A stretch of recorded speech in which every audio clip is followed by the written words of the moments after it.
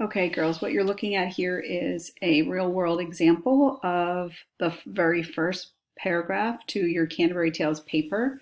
And I have highlighted in blue an excellent example of a thesis sentence. Now, in the directions that I'm going to give and explain to you, I am basically giving you the thesis statement. It's basically an outline with words that you are going to fill in spaces. So I'm going to walk you through what it looks like, and obviously you can see this very good example. Notice my number 1, it has a blue box around the blue highlight.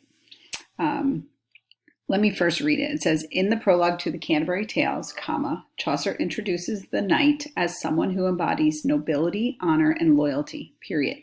The tale, which the knight later narrates, is appropriate because it adheres to honor and chivalry. Okay, so the first thing we're looking at is the first square box, in the prologue to the Canterbury Tales. That's my number 1. Okay, and I give that to you because the first piece that you're going to approach in your Canterbury Tale paper comes from the prologue to the Canterbury Tales, right? The general prologue where Chaucer introduces all 29 of his characters. Okay, now you're going to only be talking about one of those characters, but everybody's going to start with the reference to this. Then it follows up with Chaucer introduces the blank, the knight. If you look at my number 2 here, we mentioned our capital P pilgrim, which means that when we're talking about specifically our pilgrim, we are using a capital letter to describe them, capital K, knight, because you are also going to talk about lowercase knights or lowercase millers or lowercase prioresses, which means they are the general knight, prioress, pardoner of the time period, not a specific person with a capital letter. Okay, so continuing in this sentence, you choose your pilgrim, and then you follow that up with and end the first sentence with something that qualifies or captures the pilgrim's character. For example, this person wrote that the knight is someone who embodies nobility, honor, and loyalty. Therefore, her paragraphs, when she begins to write her section on her capital K knight, is someone who embodies these 3 characteristics, and she's going to research and find information to support this.